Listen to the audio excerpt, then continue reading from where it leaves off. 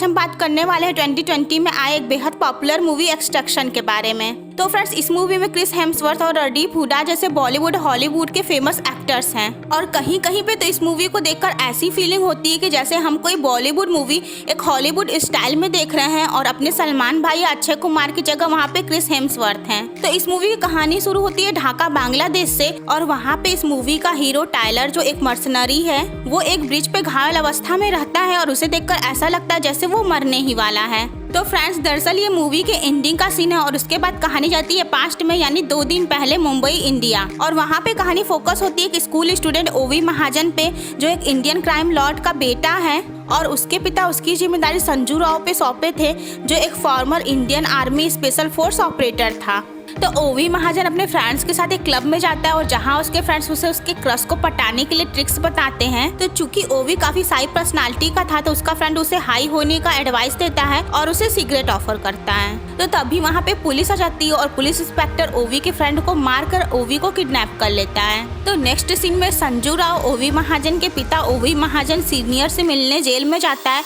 तो ओवी महाजन सीनियर इस समय जेल में रहते हैं। तो ओवी के पिता संजू के ऊपर काफी गुस्सा होते और कहते चाहे जहां से वो उन्हें उसका बेटा लाके दे अगर वो अपने बेटे को जिंदा देखना चाहता है तो फ्रेंड्स, ओवी का किडनैप ओवी के पिता के एक राइवल आमिर आसिफ ने किया था जो बांग्लादेश का क्राइम लॉर्ड था। तो चूंकि ओवी के पिता जेल में थे और उनके पास पैसे भी नहीं थे इसलिए संजू कहता है कि ओवी को आमिर के चंगुल से छुड़ाना इतना आसान नहीं होगा, इसके लिए तो पूरी आर्मी की जरूरत पड़ जाएगी। इस पे ओवी के पिता कहते कि उन्हें कोई फर्क नहीं पड़ता, उससे जो करना है वो करे और उसका बेटा वापस ला कर दे।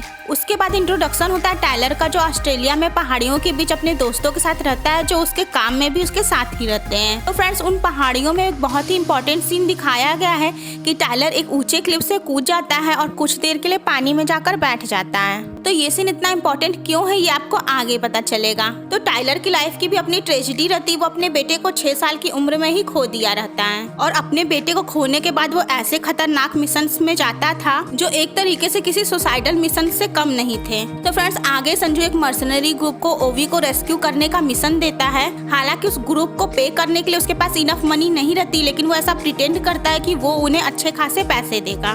तो जिसके बाद उस मर्सनरी ग्रुप की एसोसिएट मैनेजर निक खान टाइलर से मिलती है। तो टाइलर उस मिशन को एक्सेप्ट करने के बाद पहुंच जाता है बांग्लादेश ढाका, जहां वो सक्सेसफुली उस जगह पहुंच जाता है जहां ओवी महाजन किडनैप रहता है और उसके बाद वहां पे एक जबरदस्त फाइटिंग सीन चलती है। तो सबको मारने पीटने के बाद टाइलर सक्सेसफुली वहां से ओवी को लेके निकल जाता है और उनके प्लान के अकॉर्डिंग वो सब पानी के रास्ते से वहां से निकलने वाले रहते हैं। उसके बाद मूवी में एंट्री होती है इस मूवी के विलन आमिर आसिफ की और उसे बहुत ही क्रूल दिखाया गया, यहाँ तक कि वो अपने गैंग में बच्चों को भी शामिल किया रहता है और उन्हें ट्रॉमाटाइज भी करता है और उन्हें मारने के लिए उसे एक पल के लिए जरा भी झिझक भी महसूस नहीं होती है। तो कुल मिलाकर आमिर आसिफ बहुत ही खतरनाक विलन रहता है जो अपने मंसूबे को पूरा करने के लिए कुछ भी कर सकता है। यहाँ तक कि वहाँ की करप्टेड पुलिस भी आमिर आसिफ का पूरा साथ देती है और उन्हें जैसे ही पता चलता है कि कोई ओवी महाजन को छुड़ा लिया है, सबके सब ओवी महाजन को फिर से अपने चंगुल में लेने के पीछे पड़ जाते हैं। तो टाइलर ओवी को लेकर उस जगह पहुंच जाता है जहां से वो बोट से निकलने वाले रहते हैं और वहीं पे संजू भी आता है। तो फ्रेंड्स, संजू का फिलहाल ये प्लान रहता है कि वो ओवी महाजन को टाइलर के पास से ले लेगा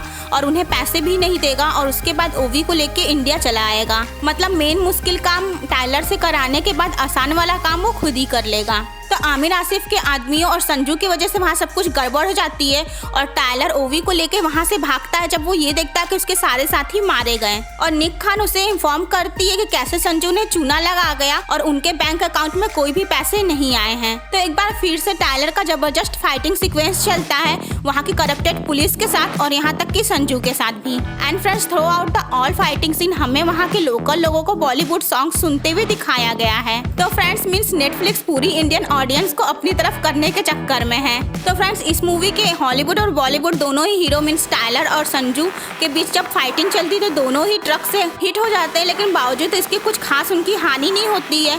टाइलर का हाथ टूट जाता है और संजू की नाक टूट जाती है। तो खैर, टाइलर एक बार फिर से ओवी को लेकर वहाँ से बच निकलता है जिसके बाद आमिर आसिफ पूरे शहर में नाकाबंदी करवा देता है और टाइलर के पीछे पुलिस और आमिर आसिफ के लिए काम करने वाला आर्मी कमांडर भी रहता है। तो आगे टाइलर से निपटने के लिए बच्चों की टीम आ जाती है और वो टायलर पे हमला कर देती है और वो उन बच्चों को देखकर टायलर भी चकरा जाता है और कंफ्यूज हो जाता है कि उन बच्चों से कैसे डील किया जाए। तो खैर टायलर सिर्फ उन्हें घायल करके छोड़ देता है और आगे आमिर आसिफ के और भी आदमी उसके पीछे पड़ जाते हैं, तो वो वहाँ से भागता है। वो जाकर गटर में छिप जाते हैं और उसके बाद टायलर निक खान को फोन करता है और उसे अपने एक दोस्त को इन्फॉर्म करने के लिए कहता है जो ढाका में ही रहता है। तो उसका वो दोस्त टायलर को और ओवी को अपने यहाँ शेल्टर देता है। तो फ्रेंड्स इस बीच में टायलर और ओवी के बीच में अच्छी बॉन्डिंग हो जाती है कि वो अपना दुख सुख भी एक दूसरे से शेयर करते हैं। जैसे ओवी को टायलर के बारे में पता चलता है कि टायलर ने अपने 6 साल के बेटे को खो दिया है और इनके कन्वर्सेशन में इस बात को भी पॉइंट किया गया है कि टायलर कभी डूबकर पानी में नहीं मर सकता है। तो आगे टायलर का फ्रेंड जिसे पहले देखकर ऐसा लग रहा था कि अच्छा बंदा होगा,